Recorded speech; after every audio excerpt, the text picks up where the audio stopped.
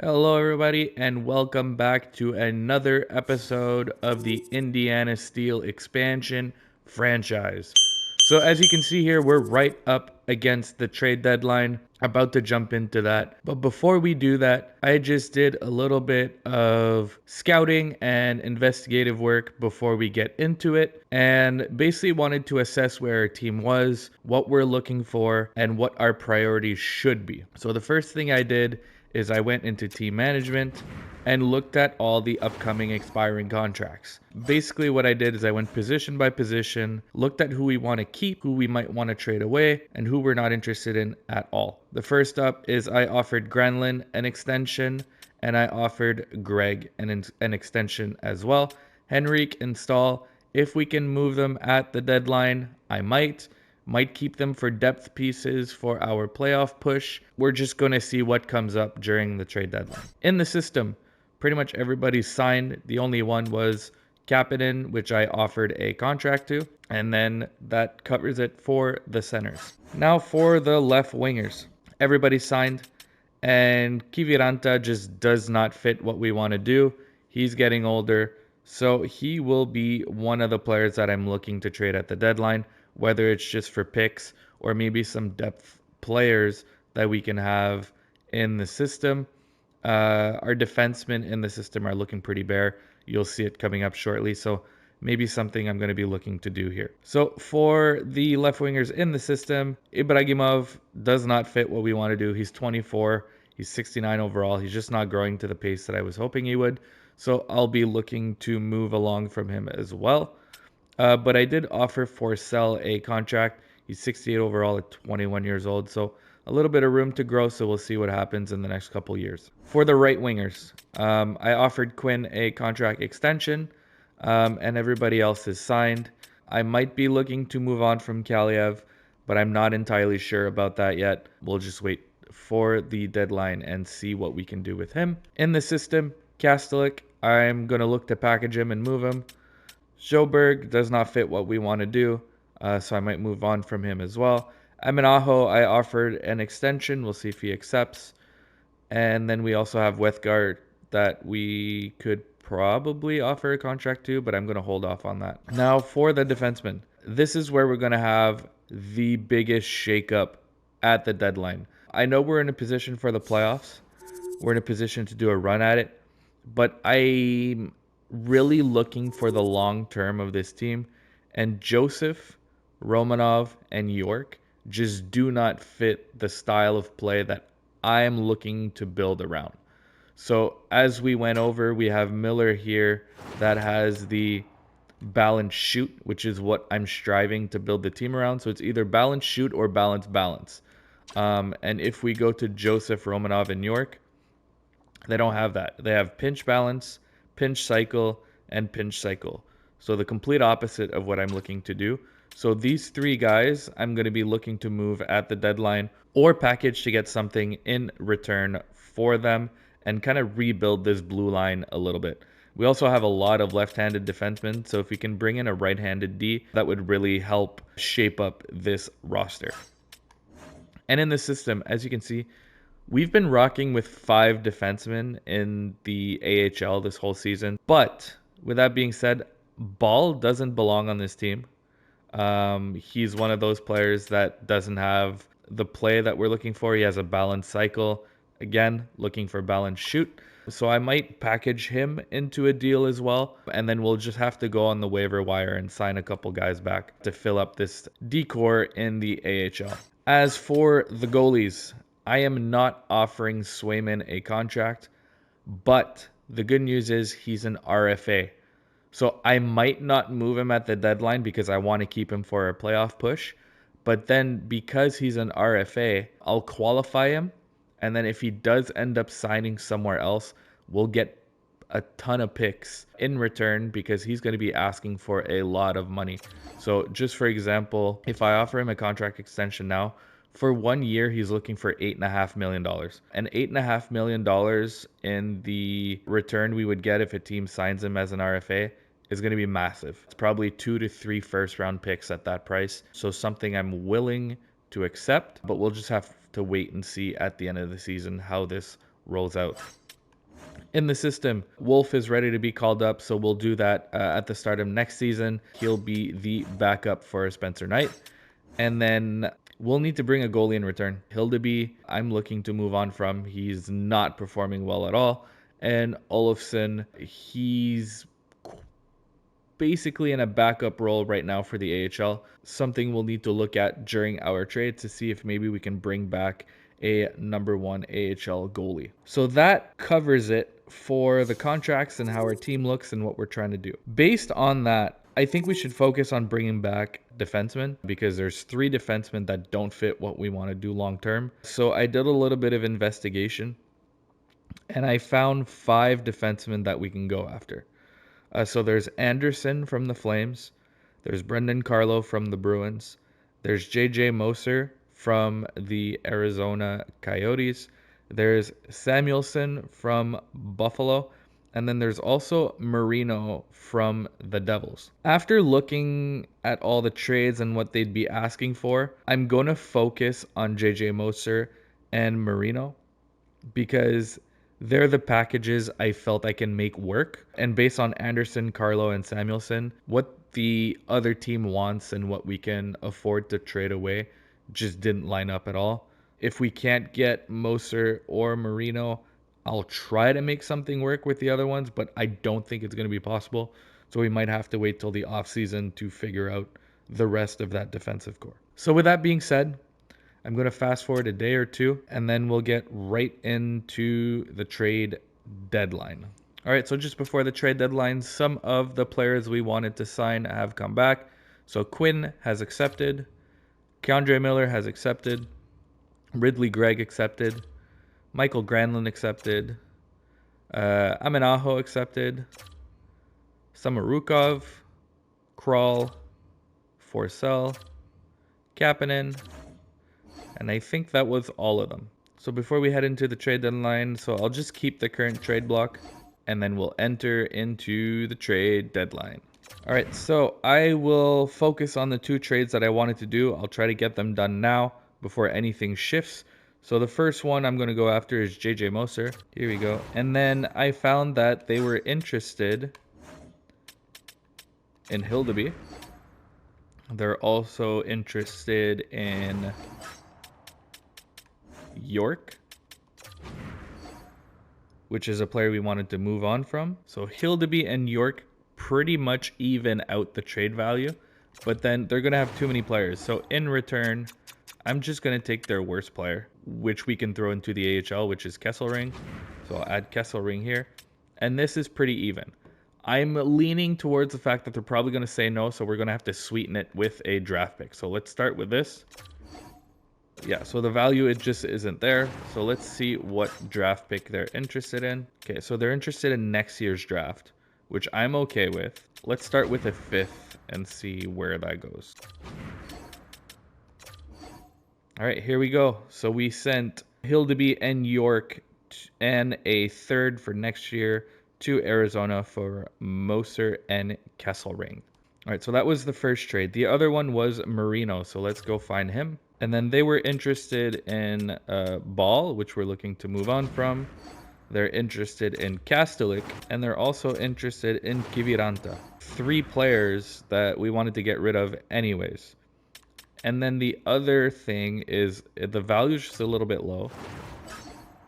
So what I was looking at was adding a 3rd round pick for this year from the Vancouver Canucks and seeing how that shapes out. So let's propose a trade and see what happens.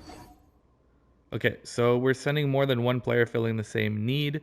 So they're willing to take Kastelik, but they're not willing to take Kiviranta. So I'll remove Kiviranta, see where the value is now. Okay, so it's insufficient, so we're going to have to try to find someone else. Let's try a 3rd and a 4th for this year on top of Kastelik and Ball.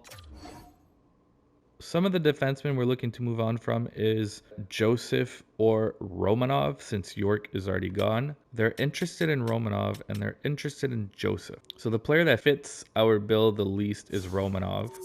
And then I'm going to try to go collect a draft pick from New Jersey. So here, I'll do a 3rd this year, 2nd next year.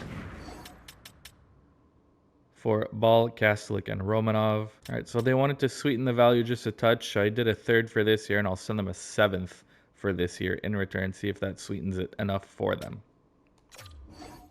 There we go. That's a done deal. So we just picked up Moser and Marino, which is two things we wanted to do and accomplish. So that's done. All right, so we don't have much information on Wielander, but willing to take a shot for Kiviranta and Schoberg. So let's give it a try. There we go.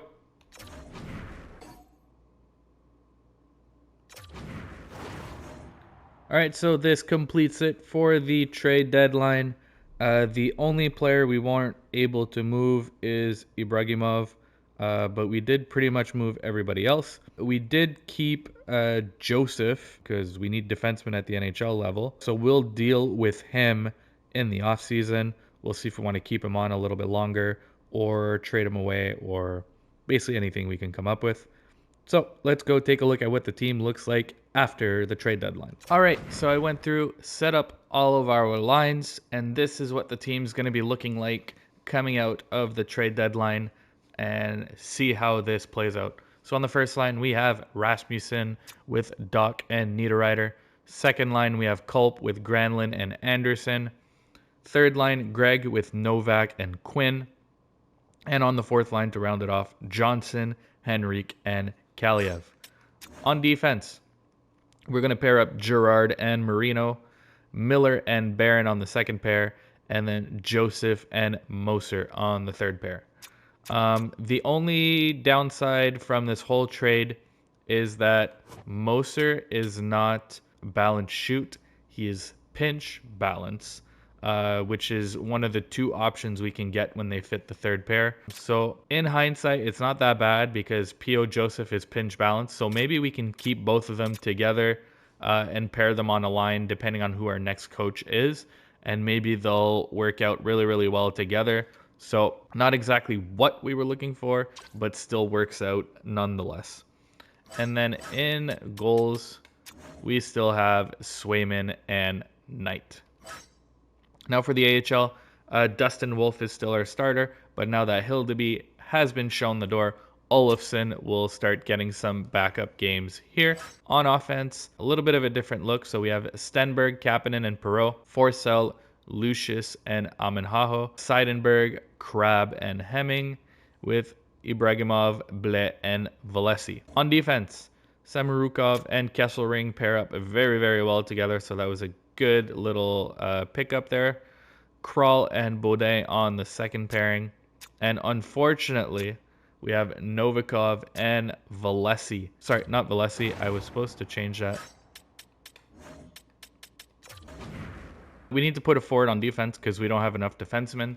So Stife will be filling in that role. And now that all that has been done and the trade deadline is behind us, all we have to do now is move along to March 8th. And then we'll be able to go back and set up our scouts. So let's fast forward to March 8th.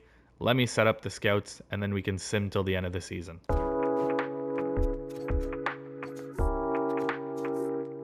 All right, here we go on March 8th. We won against the Vegas Golden Knights. We won against Carolina. We won against Washington. And we won against Seattle. So let me go set up the scouts. And then once that's done, we'll be able to sim till the end of the season. Okay, scouts have been set up. A few of them are finding new players. A few of them are refining their findings. So they'll be set up until the end of the year. And now it's our turn to go to the end of the year. So let me simulate. I'm not going to jump into any games. I just want to get to the playoffs because I feel like we're going to be jumping into a lot of playoff games. So let's just sim to the end.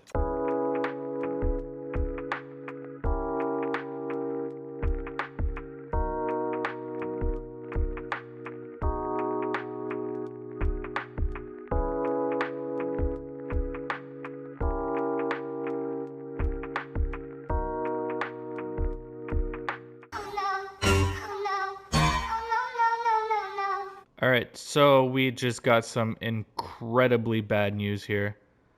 Jeremy Swayman's been injured with a separated shoulder, and his return is May 16th. So he's basically going to be unavailable for the majority of the playoffs and pretty much only ready to come back if we make it to around the conference finals or the cup finals. So big, big loss here. All right, so now in net for the rest of this season, we're going to have Spencer Knight, and then backing him up is going to be Dustin Wolf.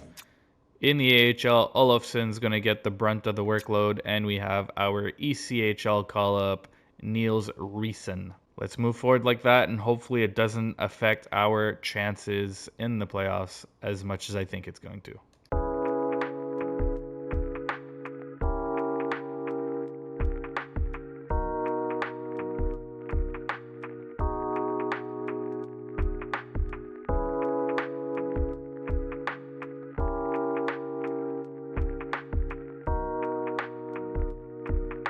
All right, so here we are at the end of our regular season, and it looks like we finished on top of the Central, running away with this one. So we finished with 47, 28, and 7 with 101 points, right ahead of the Stars with 98, the Wild and the Blackhawks at 91 and 90. So let's go see how our players did to finish off this season. All right, so Kirby Dach, leading the team, 69 points, 24 goals, 45 assists. So pretty good season from him. Gerard, 62 points, so 12 goals, 50 assists. Novak followed up with 22 goals, 37 assists. Granlund, 13 goals, 40 assists. Niederreiter did well as well. Jackson Culp, 25 goals, 22 assists for 47 points. So he's at about half a point a game. And his penalty minutes seem to have slowed down on the second half of the season, so that's promising. So our leaders in goals is Culp 25, Dach 24, Novak 22, and Anderson with 20. Our assist leaders, Gerard with 50, Dach with 45, Granlund with 40. So not too bad there either. Obviously penalty minutes, Culp 135. Kind of had an idea that was happening. And he had 53 more shots than Kirby Dach. So a lot of shots from Culp here. Now for the goalies. Swayman had the majority of these games, 56 games, 30 wins, 19 losses. He had a .919 save percentage and a .254 goals against. Spencer Knight, a .916 save percentage, a .261 goals against. And Dustin Wolf played 3 games here. He had a .912 save percentage and a .259 goals against, so holding his own as well. So all 3 of our goalies doing really, really well. Now in the AHL, Olofsson for the remainder of the year went 3-4 with an .887 and a .297. So not great. And Riesen came in, went 0-4, so at .898 and a .278 goals against. So goalie's not doing too well. For our skaters, we had Otto Stenberg with 68 points, so 20 goals, 48 assists. Lucius with 57, Seidenberg 47, Baudin 47, Kapanen and Hemming with 44 and 42. So we had 2 players with 25 goals, so Kapanen and Seidenberg. For the assists, Stenberg led the way with 48, followed by Baudin at 41. So overall, not too bad for our young players. Doing pretty good. But unfortunately, it looks like Fort Wayne AHL team finished outside the playoffs. They only had 83 points, so not good enough. But the players are developing and are growing, so that's good for us. All right, I'm just going to fast forward a couple more days, see who we're going to be playing in the playoffs, and I'm going to end off the episode right here. So let's see who we're playing.